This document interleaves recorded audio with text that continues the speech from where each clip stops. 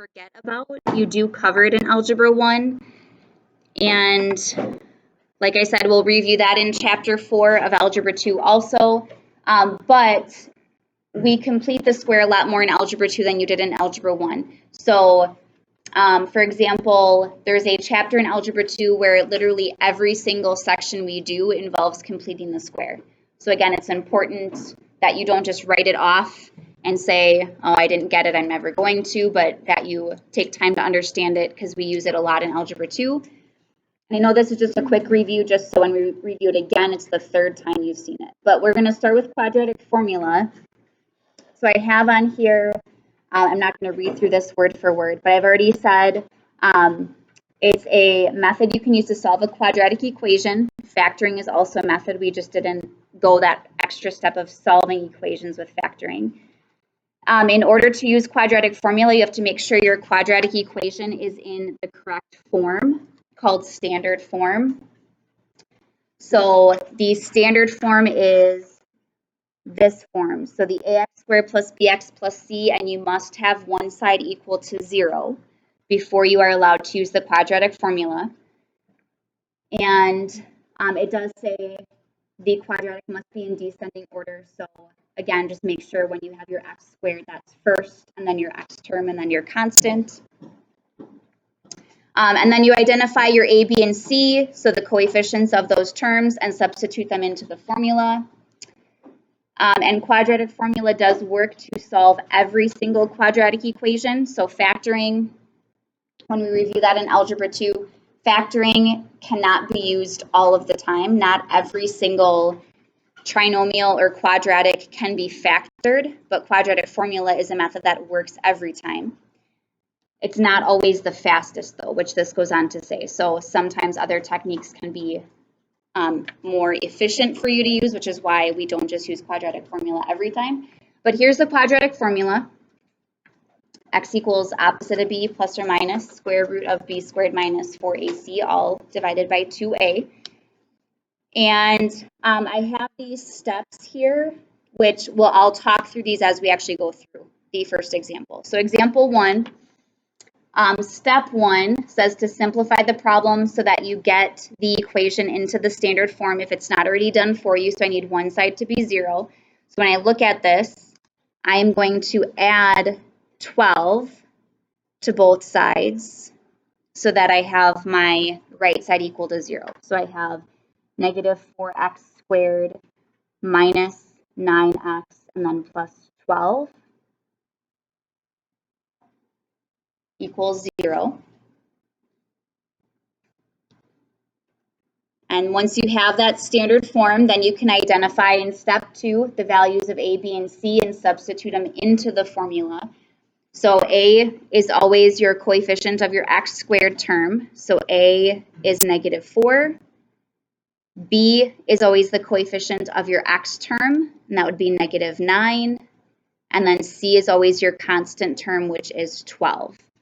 And you might have an equation where maybe you don't have an x term, or maybe you don't have a constant, in which case it is possible for b or c to be 0. Your a should never be 0. If a is 0, it means you don't have a quadratic equation because you don't have an x squared. And then I would substitute those into this formula. So it's x equals because you're solving this equation for x. So you're finding the solutions to that equation. If your variable was something different, like if these x's were y's instead, this would be y equals. But I have x equals the opposite of b. So if b is negative 9, I'd have positive 9 plus or minus the square root of b squared, so negative 9 squared, minus 4 times a is negative 4 times c is 12. It's all in the square root. And then make sure you do write this correctly. It's all divided by 2 times a, so 2 times negative 4. I see this a lot of the time where students just put the square root over that number. It's the entire thing. So this whole expression is on the top.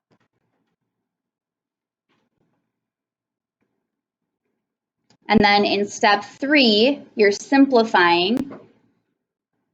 Well, I guess steps 3 and 4, you're simplifying within that formula to get the final answers. And I am going to show you, and I know you did this in Algebra 1. Well, not all of you were in the same class, but the majority of you I know did this in Algebra 1 where you gave exact answers and approximations, talking about the difference between those as well. So I would first simplify within the square root. So I know I have x equals 9 plus or minus square root of. Negative 9 squared I know is 81. Now, careful when you multiply this. Usually when I multiply these, they're all multiplied together. That minus sign that's there, I consider this a negative 4. So when I type this into my calculator, I usually type it in as negative 4 times, and then I have another negative 4 times 12, and I get a positive 192, which means in here I have 81 plus 192. So because I considered that 4 a negative, and then I multiplied by another negative, it changed it to positive.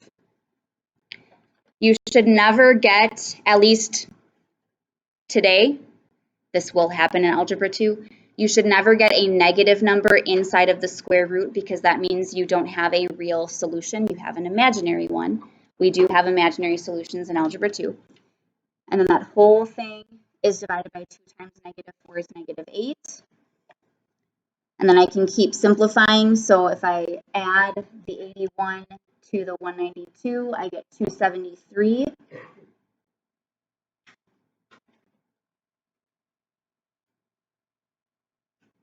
All over negative 8. And then here's kind of where you decide, well, if 273 is a perfect square, if you can take the square root. So if I take the square root of 273, I get a decimal. So I'm going to leave that for right now. So what you'd want to make sure of, and this is the difference between exact and approximations, this is kind of the exact form. I could, though, make sure that there isn't a perfect square that goes into 273. So we have simplified radicals in this class where you're looking to see is there a perfect square that goes into this. So what numbers are perfect squares? 4 is a perfect square because that's 2 squared. 9 is 3 squared. 16, 25, 36. 1 is also, but 1 goes into everything. So I know this isn't even. I'm not going to be able to divide it by 4. I could see 273. Can I divide it by 9?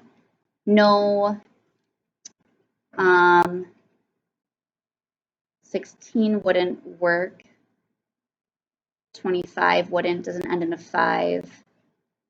36. Try 49.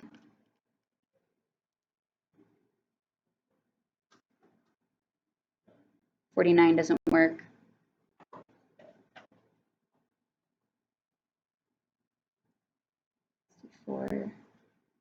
81 wouldn't. Yeah, so I don't think this one can be simplified. Just going off of kind of these lower numbers, if they don't go into it, other numbers up here wouldn't go into it. So if I could, remember you would split it, like here's an example of one that you could split. If I had square root of 8, that I could simplify because I can divide it by 4. So I'd split it into square root of 4 times square root of 2. 4 times 2 is 8. I can take the square root of 4, which is 2, so it'd be 2 square root 2. That's an example of one you could simplify. This one we cannot. So actually down here for my answers, this is how I would leave it for exact. So I would say x is equal to, this plus or minus symbol really means there's multiple answers, there's 2. So I have 9 plus or minus square root of 273, all divided by negative 8. That's the exact form. Then the approximations, these would be the decimals.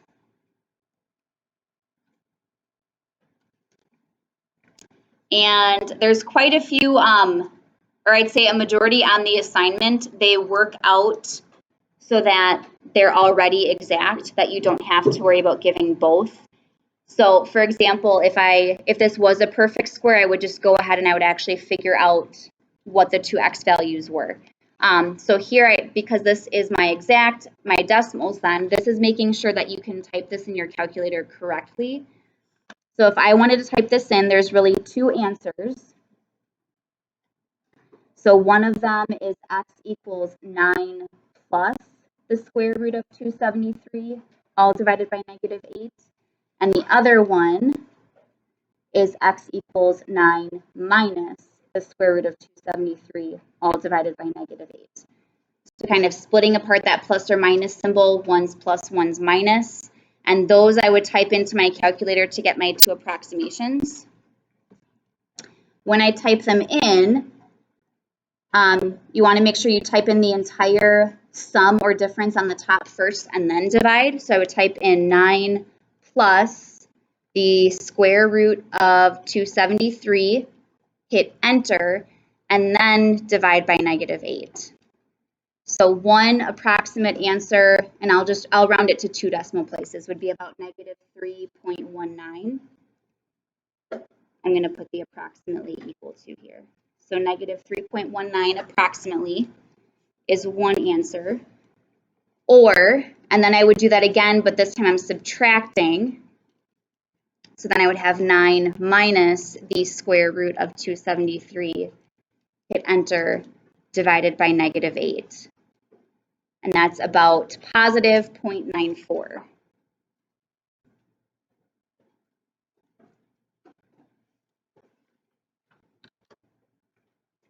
So most answers, they're launching rockets.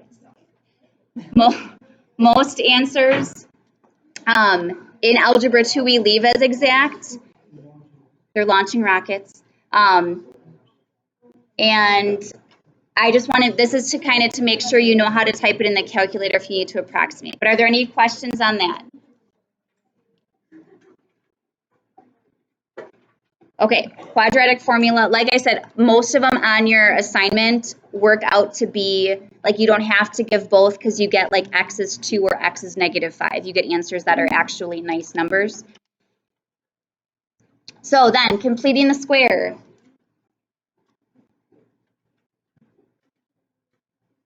For these, there is a formula you need to know for completing the square, and that is this formula right here, the b divided by 2 squared. So when completing the square, you're starting with, or the idea here is you're starting with x squared plus bx. So if you think of having ax squared plus bx plus c, notice to complete the square, your a value has to be 1, which is why they don't have an a here. So a must be 1. And what you're doing is you're looking for the, I'm just going to put a blank there. You're looking for the c value that makes it a perfect square trinomial, and that's why it's called completing the square.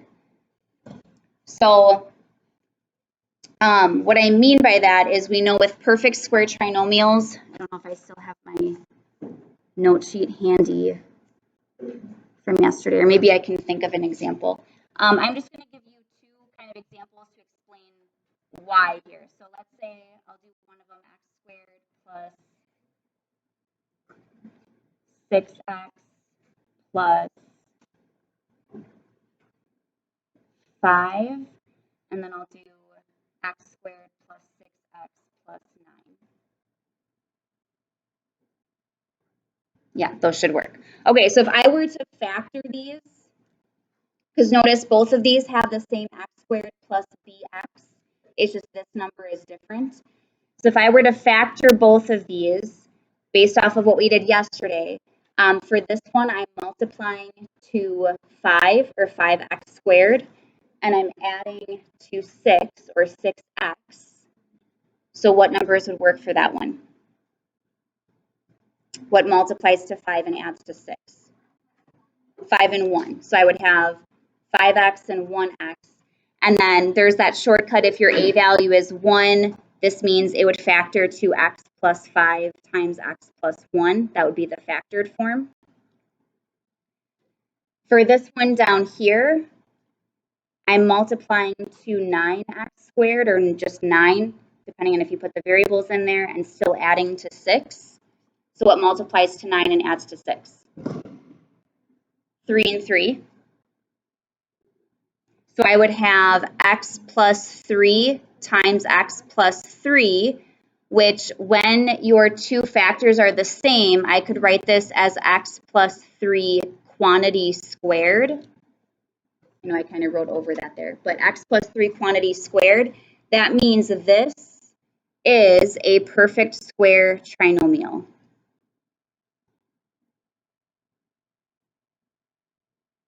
And the reason why is, for the same reason a number is a perfect square, like 4 is a perfect square because it is equal to 2 squared. It's equal to a number squared, or a factor squared. So this trinomial is equal to a factor squared, and that's why it's a perfect square trinomial. So when you complete the square, you are looking for this number that makes it a perfect square trinomial. Because notice between these two different numbers that are both factorable, but only one of them is actually a perfect square. So to find that number, that's what this formula gives you. It gives you that number. So it says find 1/2 of b, and then in step 2 to square it. So these two steps together, you're taking your b value, dividing it by 2, and squaring it. That gives you the c value that you need. And then you would add that to your x squared plus bx, but it's something that has to be added on both sides. So here's how it's used. I know you saw this in Algebra 1, so this is a review, but it's been a while since you did it. So in example 2, if you solve by completing the square, you actually don't need one side to be 0. You need the terms that have x, you need those by themselves. So in this case, I actually want to move the 11 to the other side, kind of the opposite of how we started with quadratic formula. So I'm going to add 11. And then I always write this with a plus blank there. Then I have the 11 on the other side, because this is where I'm going to be finding b divided by 2 squared, and I'm going to be completing the square to make this a perfect square trinomial. And whatever I add to the left side, I also have to add to the right to keep my equation balanced. So to find this number, I take my b value, which is 10, divide it by 2, and then square it. So that would be 5 squared, so 25. So then I'm adding 25 to both sides. And now this is a perfect square trinomial, or it should be. So now you would factor this. And as long as you found the right value here, it should factor to be a factor quantity squared. So there is a shortcut method to factoring here, but I'm just going to show you that you can set up the diamond to factor this. So you just want to think what multiplies to 25 and adds to 10. 5 and 5. And your two numbers should be the same, because that's what makes it a perfect square trinomial. So because they're both 5, that means this factors to x plus 5 quantity squared, because it'd be x plus 5 and x plus 5. And then this side, I just add 11 and 25, that would be 36. And now the reason this is helpful is if I want to solve this for x, I now have to cancel out this power of 2. So what operation cancels out a power of 2? A square root does. So I can square root each side. This here cancels. So I just have x plus 5. Here I have to remember, when I take the square root of a number, I do have a positive square root and a negative square root. I have a plus or minus 6.